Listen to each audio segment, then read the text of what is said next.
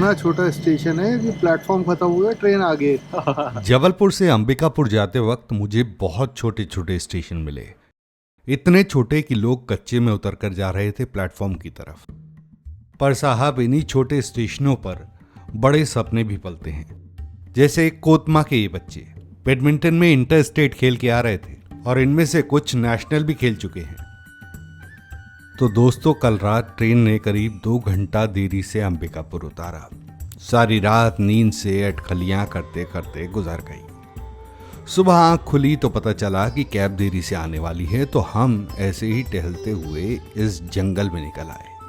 दोनों तरफ बड़े बड़े पेड़ थे और बीच में ये पगडंडी। दूर से कहीं पानी के गिरने की आवाज आ रही थी, तो मन हुआ कि चलकर देखा जाए कि पानी गिर कहाँ रहा है। वहां पहुंचे तो हमें ये दिखा, मछली पकड़ने का देसी जुगाड़। पानी की धार सीधी जाल पे पड़ रही थी और मछली उसके अंदर। हिंदुस्तान में हर चीज का जुगाड़ है। अब साहब, ये स्ट्रीम जो है, आपको अगर देखेंगे तो ज्यादा दूर तो नहीं, बस वहां तक दिखाई देगी। इस जंगल में बस इतना ही है, हरे भरे पेड़ हैं और सुंदर वातावरण। बाहर निकले तो हमें ये छोटा सा मछली उत्पादन केंद्र दिखा। छोटी जगह के ये मजे हैं। ये मर भी गई है इसमें तो कहीं। अरे इसमें कहाँ, ये कौन सा मछली है?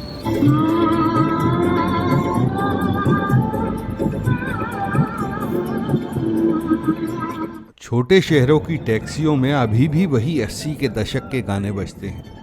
ड्राइवर साहब ने समा बांध रखा था और हम निकल पड़े थे मेन पार्ट की तरफ।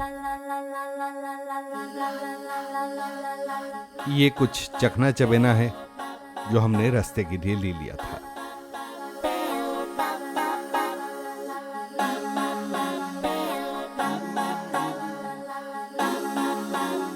मेन पार्ट पहुंचने के 2 रास्ते हैं, एक अंबिकापुर से सीतापुर होता हुआ और दूसरा दरीमा होता हुआ।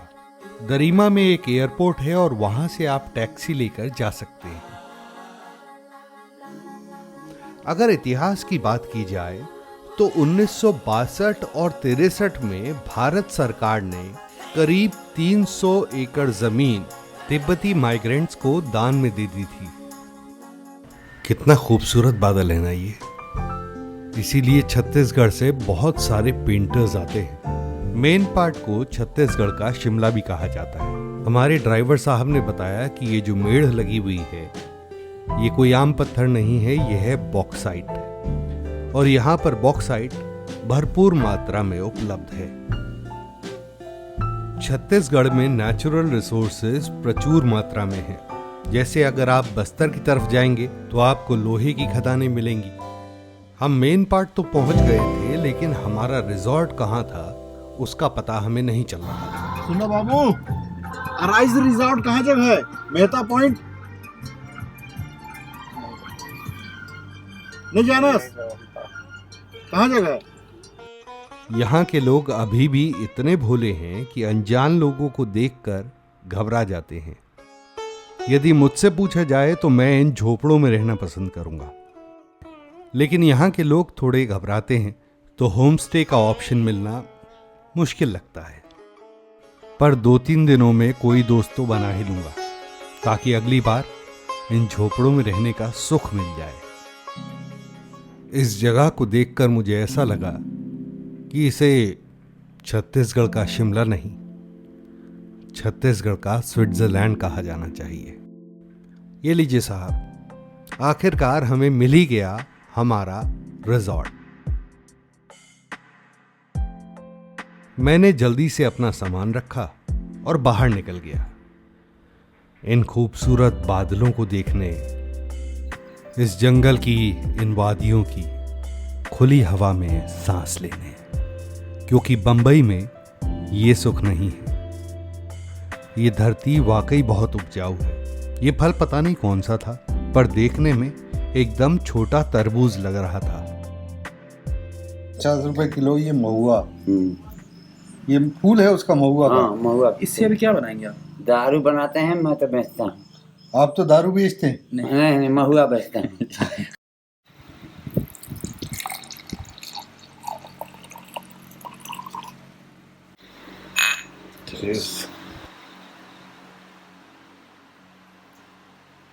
बढ़िया।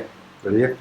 हल्का सा स्पिरिट है, हल्की सी स्पिरिट टाइप, लेकिन इतनी बुरी नहीं है। स्पिरिट इससे ही आता है। कूल है। हाँ, काफी ऐसा वाइन जैसा, जैसे वाइन में स्मेल आती है अच्छी वाइन में, वैसा है। और टेस्ट में इसका क्रांति से लिखी गई है। हाँ। सही, मतलब अभी तो फील हो रहा है। 2-3 अच्छा बैग पीले तो क्रांति हो भी रहा है। इसको जिसने पी लिया, हाँ, सच में जिसको आदत पड़ गई, अब दिक्कत ये है कि ये सस्ता है। हाँ, तो जो कंट्रोल वाला है, हाँ, जिसने इसको पी लिया, कोई दारू नहीं पिएगा। हाँ, कोई नहीं, मजेदार है। आप जब आए तो इसे जरूर पिए। आज सुबह 6 बजे ही आंख खुल गई। बाहर निकल के देखा तो ये बच्चे जॉगिंग कर रहे थे। पूछने पर पता चला कि यहाँ पर एक पुलिस ट्रेनिंग स्कूल भी है। टैक्सी आने में टाइम था तो मैं और अविनाश मेहता पॉइंट पर इस खूबसूरत नज़ारे का आनंद उठाने लगे। ये बॉक्साइट है, इसमें से एल्युमिनियम निकलता है। ये इतना सा पत्थर ही काफी भारी है। अच्छा है। और यहाँ से आप जहाँ नजर डालें आपको बॉक्साइट ही बॉक्साइट नजर आएगा। तो करीब 1 घंटे की देरी के बाद हमारी टैक्सी आ चुकी थी और हम निकल चुके थे मेन पार्ट की सैर करने। इस जगह को देखकर लग ही नहीं रहा था कि मैं हिंदुस्तान में हूँ। 1 घंटा देरी से आने का कारण पूछा तो जोसेफ यानी कि हमारे टैक्सी ड्राइवर ने बताया कि एक मेडिकल इमरजेंसी आ गई थी, इस वजह से आने में देरी हो गई।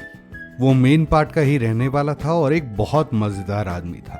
वो पार्ट टाइम एम्बुलेंस चलाया करता था और पार्ट टाइम न्यूज रिपोर्टिंग किया करता था। उसे बात करने का बहुत शौक था, इसीलिए उसने अपनी कार में म्यूजिक सिस्टम नहीं लगा रखा था। बातें करते करते हम कब जलजली पॉइंट पहुंच गए पता ही नहीं चला। तो दोस्तों, ये है जलजली। यहाँ की धरती भी बड़ी अजीब है। यहाँ आपको ऐसा लगेगा कि आपका पैर अंदर धंस जाएगा, यानी ये दलदल है, पर दलदल नहीं है। नीचे जेली की एक मोटी परत है। आप उस पर कूदेंगे तो आपको धरती का दूसरा हिस्सा भी उसके साथ हिलता हुआ नजर आएगा। जेली पॉइंट से आगे निकलेंगे तो कहाँ पहुँचेंगे हम? नागदेवता।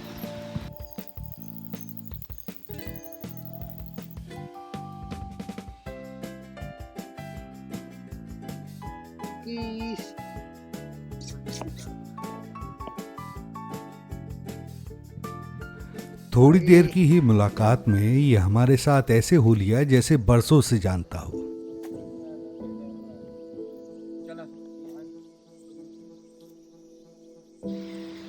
बॉक्साइट ही बॉक्साइट है यहाँ पे। जंगल बहुत घना है। अरे हम झरने की तरफ जा रहे हैं अभी। देखते हैं झरना कैसा दिखता है। ग्रीन जो है वो डिफरेंट तरीके का ग्रीन है, एकदम ब्राइट। ये एक्चुअली फिश पॉइंट के ऊपर वाला हिस्सा है। फिश पॉइंट नीचे है, उसका रास्ता आगे की तरफ से है, लेकिन हम ऊपर आ गए थे तो हमने कहा यहीं से इसका आनंद लिया जाए। छत्तीसगढ़ में बहुत सारे ऋषि मुनि तप करने आते हैं क्योंकि यहाँ शांति और हरियाली दोनों हैं। ये ब्रह्मी है पूरे में। जो ब्रह्मी आंवला केश तेल बनता है जिससे, वो है ये ब्रह्मी। कौन सी आप पूछेंगे? ये जो लगी हुई है ना, ये छोटी सी घास है, ये है ब्रह्मी।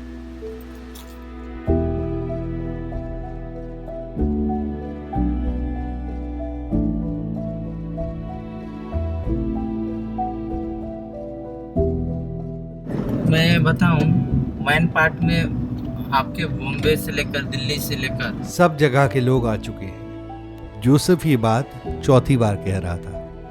वो इस धरती से प्यार करता था, वो यहीं पला बड़ा था और मेन पार्ट के चप्पे चप्पे से बखूबी वाकिफ था। हाँ माँ,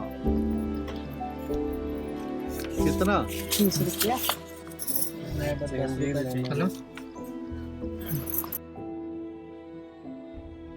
ये है दोस्तों टाइगर पॉइंट। यहाँ पे सुना है कि कभी कभी टाइगर आते हैं, मतलब पहले तो बहुत आते थे, अब यहाँ इंसान जब से आने लगे हैं तब से टाइगरों का आना कम हो गया है, इंसान ज़्यादा आते हैं।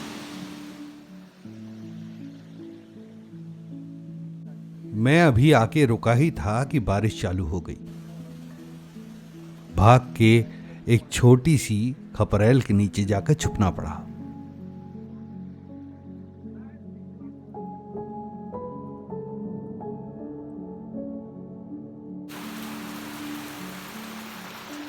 बारिश हो और गर्मा गर्म चाय मिल जाए तो कहने ही क्या, लेकिन दिल थोड़ा उदास था क्योंकि फिश पॉइंट भी मैंने ऊपर से देखा था और टाइगर पॉइंट भी मैं ऊपर से ही देख पाया। नीचे जाने की इच्छा तो बहुत थी, लेकिन बारिश बहुत तेज हो रही है।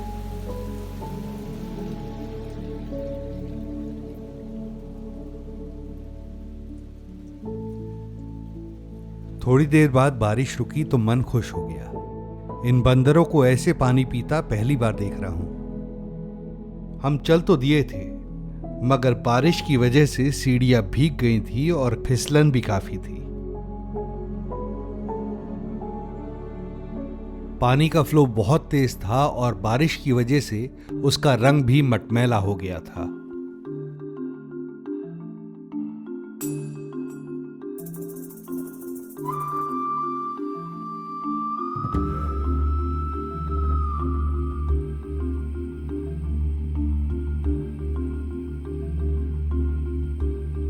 तेज हवा पानी की बौछार को अपने साथ ले जा रही थी। दोनों तरफ जंगल और बीच में बहती नदी। इतना सुंदर नजारा था कि मैं आपको बयान नहीं कर सकता।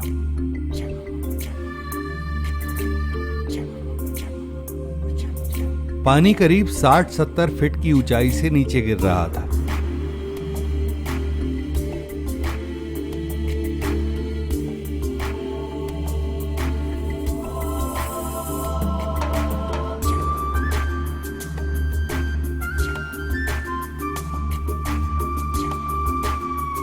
शहरों में थकान उतारने के लिए आपके पास बहुत से साधन हैं, पर मैन पार्ट में आप यहाँ आकर बैठ जाइए और आपकी सारी थकान उतर जाएगी।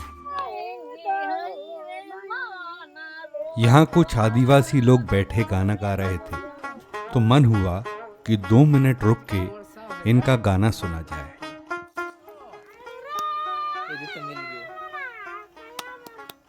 हेलो,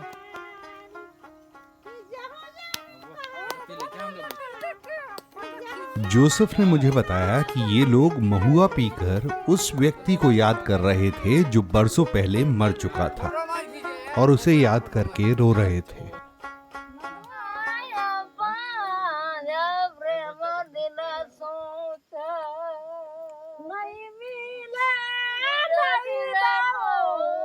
आज के सभ्य समाज में कौन भला ऐसा करता है, लेकिन ये आदिवासी लोग सभ्य नहीं हैं।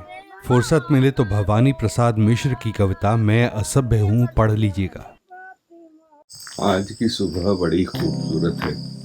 सुबह करीब 6 बजे के आसपास धूप निकल रही थी और अभी 7 बजे एकदम कोहरा छा गया है और सुबह देर तक कहीं गायब है। मीठी मीठी सी ठंड हो चुकी है।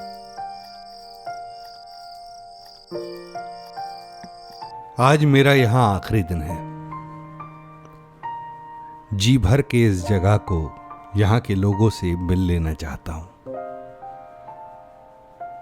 न जाने फिर कब मौका मिले। जोसेफ ने बताया कि यहाँ एक जंगल है जो पूरी तरह जल चुका है।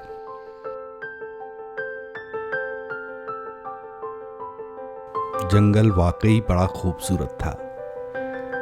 पेड़ पूरी तरह नीचे से जल चुके थे।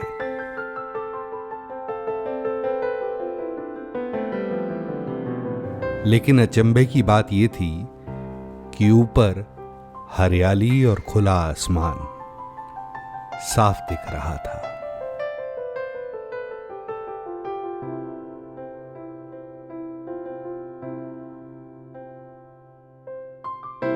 मौसम साफ हुआ तो हम जलपरी की तरफ चल दिए।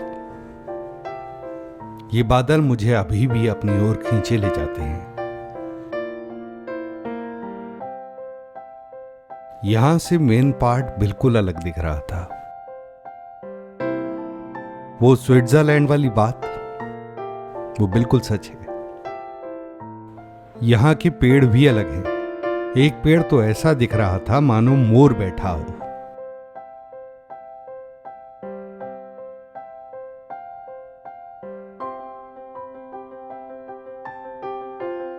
ये साल के पेड़ों का जंगल है। यहां अक्सर हाथी बड़े बड़े झुंडों में आया करते हैं। इसीलिए फॉरेस्ट डिपार्टमेंट ने यहां पे दोनों तरफ फेंसिंग लगा दी है।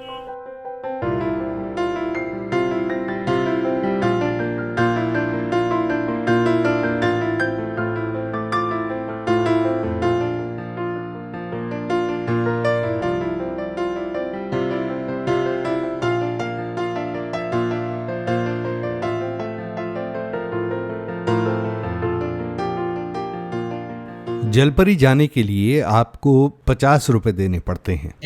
तो इसका आते समय मैं इनसे न्यूज लेता हूँ।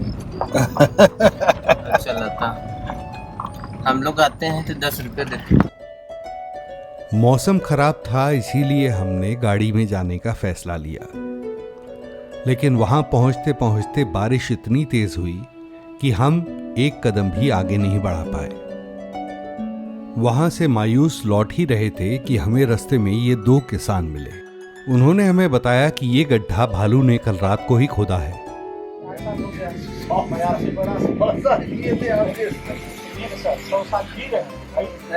लगभग मेरे को लगता है सर 200-250 साल। मैंने बस इनसे इतना पूछा था कि यहाँ पे उन्हें आए हुए कितने साल हो गए, तो इन्होंने अपनी पूरी जन्म पत्री खोल दी। नहीं तो वही सब में आए थे। हाँ, मेन पार्ट में आदिवासी, बौद्ध धर्म को मानने वाले और यादव लोग रहते हैं। लेकिन मेरी जिज्ञासा आदिवासियों को जानने की थी। 400 साल बताया तो मैं नहीं रखा हूँ, 400 साल हुआ है। लेकिन आपके होशो-हवास में आदिवासी हैं। ये इसी तरीके से रहते हैं। इससे भी बेहतर जीवन जीते थे। खराब था। हाँ, क्या कैसे कैसे ये था कि भाई उनके पास न खाने का, न पहनने का, दुनियादारी, न पहनने तक का कपड़ा वस्त्र नहीं था। इन दोनों ने मुझे आदिवासियों के बारे में जो बताया उसे सुन के मेरी रूह कांप गई। कहते हैं कि जब हाथियों का झुंड आता है तो जंगल में इनके घरों को तबाह कर देता है और फिर सरकार इन्हें मेन पार्ट में लाकर बसा देती है। थोड़े दिन ठीक चलता है, फिर वही फाके की हालत। और ये आदिवासी लोग एक कमरा और 20,000 रुपए सालाना पर मजदूरी करते हैं।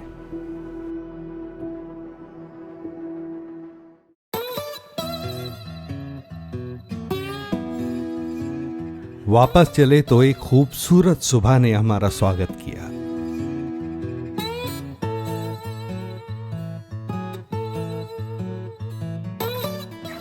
यहाँ से पानी आता है और ये ऊपर पेड़ तक जाता है ना। उसको ग्रेविटी है मेरा फोन में, वो झोपड़ी के ऊपर उस साइड आगे। ये है उल्टा पानी। वहाँ देखिए वो नीचे की तरफ हिस्सा है और ये ऊपर है, लेकिन पानी जो है नीचे से ऊपर की तरफ बहता है। यहाँ से अगर इधर की तरफ देखेंगे तो ये ऊंचाई की तरफ है ये, और पानी ये है और ये रिवर्स फोर्स में ऊपर की तरफ जा रहा है विदाउट एनी पंप और एनी सप्लाई। ये देखिए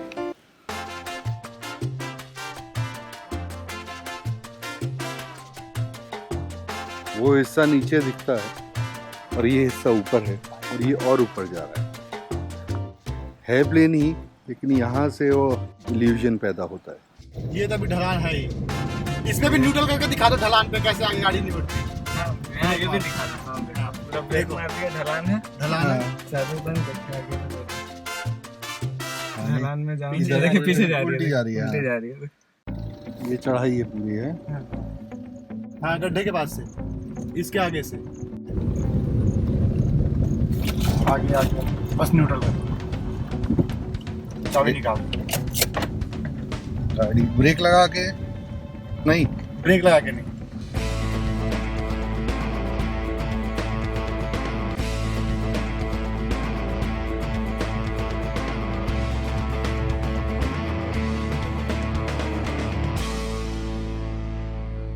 से बालों को स्मूथ किया जाता है। ये मुल्तानी मिट्टी की तरह भी यूज़ होता है। इसको फेस पे लगाने से कील मुहासे और भी चीज़ें जो फ़ायदेमंद है। इसको लोग खाते भी हैं क्योंकि इसका जो टेस्ट होता है ना, थोड़ा सौंधा सा लगता है, चौक जैसा। मतलब जिसको कैल्शियम की कमी होती है शायद, उसको खाने का मन होता है ज़्यादा। ऐसी चीज़ है। सही। ये कड़कनाथ हैं।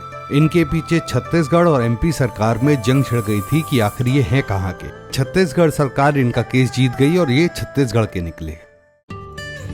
ये है लिब्रा फॉल्स और यहाँ पे एक झरना है। ये अंबिकापुर के सबसे पास वाला फॉल्स है।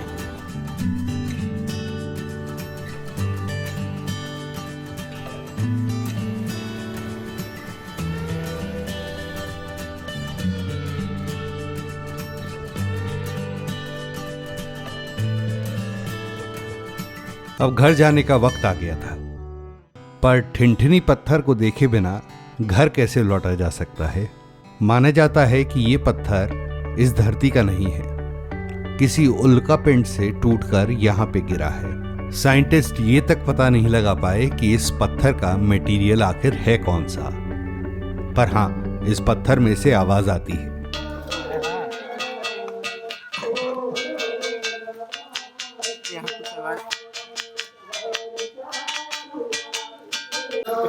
पर इसका भी मैं अलग से निष्कर्ष निकाल लिया।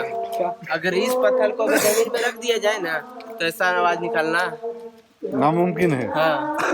और अगर कोई और पत्थर रख दिया तो अगर ऐसा ही लंबा रहेगा ना, हाँ। तो आ जाएगा। सेम। क्योंकि ये जो है ना, यहाँ का स्पेस ऐसा मिलना चाहिए। अच्छा, पत्थर का तो ये स्पेस की वजह से बज रहा है। हाँ, पर इसको ऊपर क्यों रखा गया? ये पहले से रखाया हुआ है ना। ये हैं हमारे ड्राइवर जोसेफ। अभी हम मटके का भाषा पूछ रहे थे।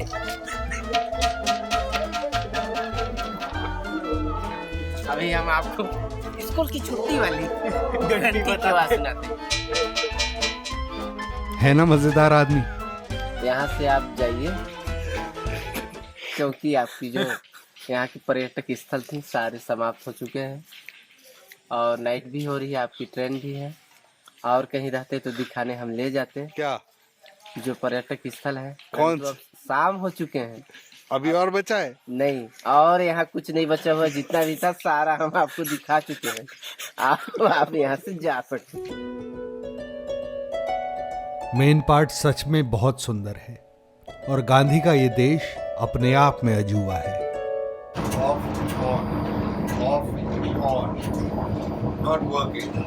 जब तक मैं इस पंखे को ठीक करता हूं, आप वीडियो को लाइक और चैनल को सब्सक्राइब कर लीजिए।